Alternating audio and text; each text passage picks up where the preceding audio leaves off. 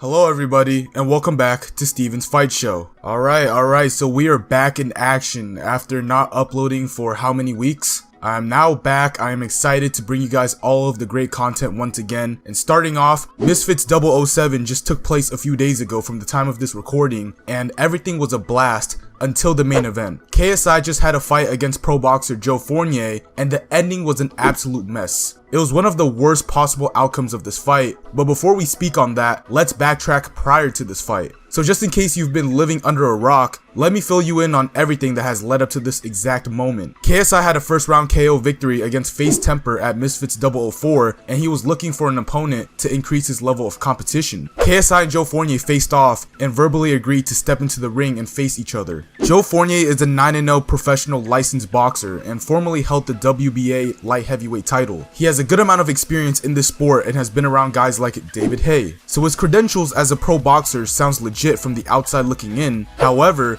if you do a bit more research, you would know that all of this information is not as impressive as it seems. Joe Fournier started boxing at the age of 30 and has won all 9 of his fights by knockout, but the truth is, they were all can crushers and taxi drivers. Let's just get that out of the way. Secondly, Joe Fournier previously failed a drug test for one of his fights in Belgium in 2016 and was forced to serve an 18-month suspension. However, this is where things start to get a little sus. During his suspension, Joe Fournier was able to capture a world title during that time, which is odd because how can you even win a world title if you're not allowed to compete? Thirdly, his world title win wasn't even recorded in his official record. There's no sanctioning body and video footage to support his victory in claiming the WBA belt. Lastly, if you watch all of his fights that he has competed in, he's not exactly a talented or skilled boxer. Definitely not enough to become a world champion because as soon as he won the belt, he vacated it. He's not particularly fast or powerful, but he at least understands the game of boxing to give KSI somewhat of a competitive fight. He also had the experience of being a pro boxer long enough. He's done the training camps,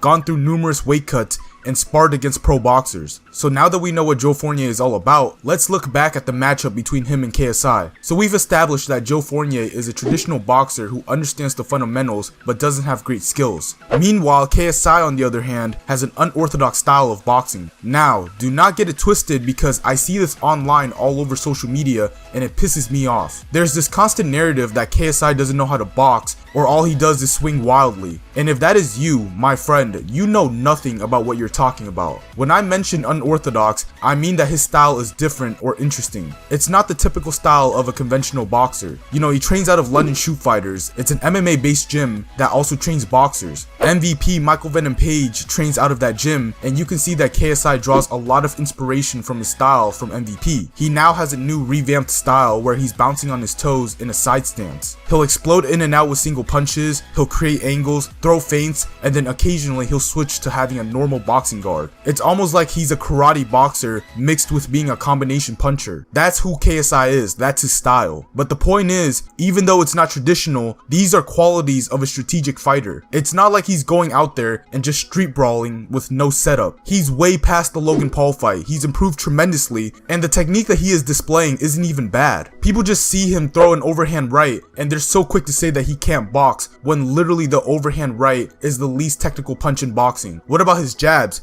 his right hand, and body shots? I can show you 400 different clips of different pro boxers throwing an overhand right and landing it, but does that mean they're not technical? Does that mean they don't know how to box? I don't think so. At the end of the day, it's a fight. If your punch lands, then that's all that matters. If he wins, then that's all that matters. We're not trying to look pretty in the ring. The people that are still holding this against him are either straight up haters, casuals, or people that don't know a single thing about the sport. Combat sports are filled with people that are just so toxic and stupid. These people either find a way to hate or don't know what they're actually watching. Alright, so now let's break down the fight. I didn't upload a prediction video for this fight, but on Twitter I posted a tweet saying that I think KSI will win by stoppage in round 3. I thought KSI was going to start fast, put Joe on his bike early on, and land powerful punches that would get Joe's respect quickly. And overall, I just thought KSI was going to impose his youth in this fight, and he did. KSI, he's an exceptional athlete. Continue to say what you want about his technique or his ability to box, but he has a great gas tank for the sport of boxing. His mindset for the sport is incredible as well. well. This is why he's one of the best in the scene. Meanwhile, Joe Fournier is 40 years old and he does not have the same pace or work rate as KSI. He looked gassed after 2 rounds against the musician Raycon, and imagine against KSI. If that fight would have gone the distance, Joe Fournier would have been drowned. So the fight starts and there are a lot of good things to see from KSI in terms of his progression as a boxer. KSI comes out bouncing on his toes, he was moving in and out, landing jabs and right hands to the body. A patient approach early on by KSI, and he was very much in character with how I described him earlier. This threw Joe Fournier off in my opinion, because if you look at him, it looks like he's struggling to get a read on KSI. And you have to think about this logically. Throughout his entire career, he's fought bums that look like boxers. However, KSI isn't that. He's not your typical average professional boxer. He was feinting to draw openings and it was very impressive to see. The foot feints and shoulder feints kept Fournier guessing the entire fight. He did a very good job of staying off the center line by doing 2 things. 1, whenever you saw him throwing a blitzing right hand, which is something that he loves to do now, he would angle off to avoid getting countered. Throwing a long right hand the way KSI throws it is very dangerous because you can overcommit. However, if you angle off the center line after attacking, then you're in the clear. Again, this is not a typical boxing style. 2, he was also switching angles, which were nice. However, in my opinion, he didn't really execute them at the right distance. They weren't as effective because he was executing them at the wrong distance. He was bouncing at long range where he couldn't land. So as a result, Fournier was able to read these angle changes. If he had done it in the mid-range or on the inside, I believe they would have been very effective. Kind of like how Lomachenko creates angles. He doesn't do it at a distance where he can't land. It's always on the inside. Plus, angle changes, you can only really set them up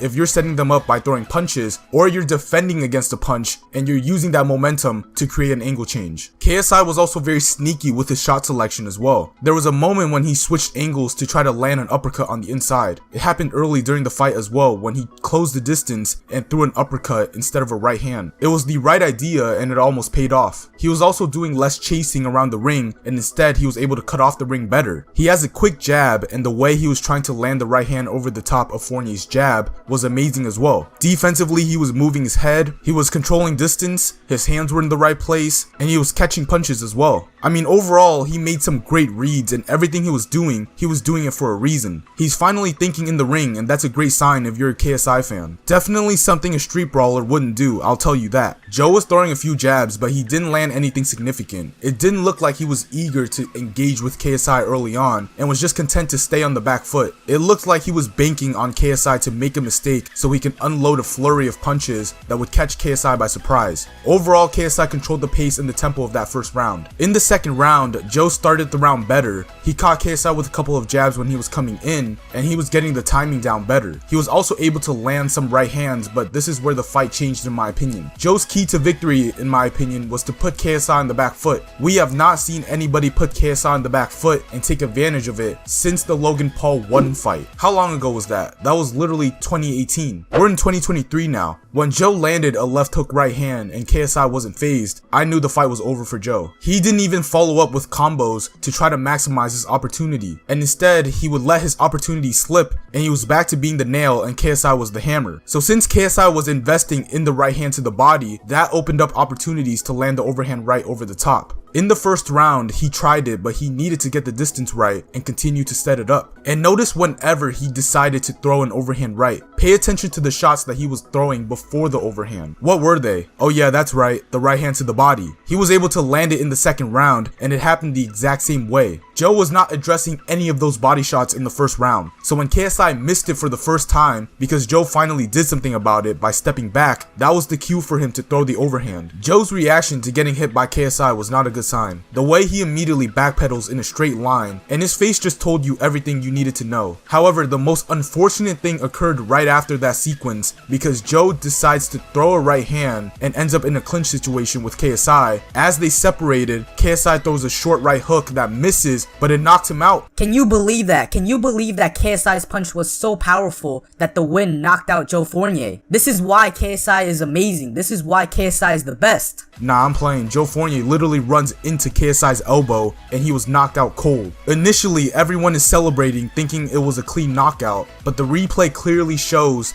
that KSI illegally knocked him out with his elbow. So as a result, the ref doesn't catch it and is ruled a stoppage victory for KSI. Now there are two things that I need to address. Firstly, people are saying that KSI threw that elbow intentionally because he's quote-unquote a dirty fighter. People were saying that he was punching him in the back of the head prior to that moment as well. And my rebuttal to that would be the same for the Pineda fight. You're moving as he's punching, so if that's the case, it's not his fault that he hit you in the back of the head. He was not aiming to specifically hit you in the back of the head. Secondly, this is a common move in boxing. If you don't believe me, watch my video where I broke down what happened between David Benavidez and Caleb Plant. Plant was clinching Benavidez and his head would be located on the outside of Benavidez' left shoulder. As they separate, Plant is in line for the same short right hook that KSI threw. This is not an unnatural movement in boxing. In fact, it happens quite a few times actually. This one was just devastating because Joe was leaning into his elbow. Another thing that I would like to address is whether or not KSI should be DQ'd. Now Joe Fournier is completely upset about the decision, and rightfully so. He has a right to feel that way. What I will say is that at the moment, if the ref had caught that it was indeed an illegal shot, if Joe Fournier couldn't continue, then by all means DQ him. But now that we've established that everything was accidental and unintentional, I think a no contest is very fair. Fournier has expressed interest in appealing the decision, and there's no doubt in my mind that this victory for KSI will be overturned to a no contest. However, the issue here isn't even the fact that KSI elbowed him. Well, obviously it is, but I'm talking about the people around KSI and the head of Misfits Boxing. They are trying whatever they can to protest the stoppage as a victory for KSI. In the post-fight press conference, they kept saying that the glove connected first and then the elbow followed through. Even Callie Sonderland, who's one of the top guys at Misfits, was literally bashing a reporter for being brutally honest about the elbow landing, and even he said the same thing as well. And this is false and invalid for two reasons. The first one being is that the glove just straight up doesn't land at all. We clearly see that Joe Fournier's head doesn't move at all when KSI throws the short right hook. Secondly, any contact made to the side of the fist or the back of the glove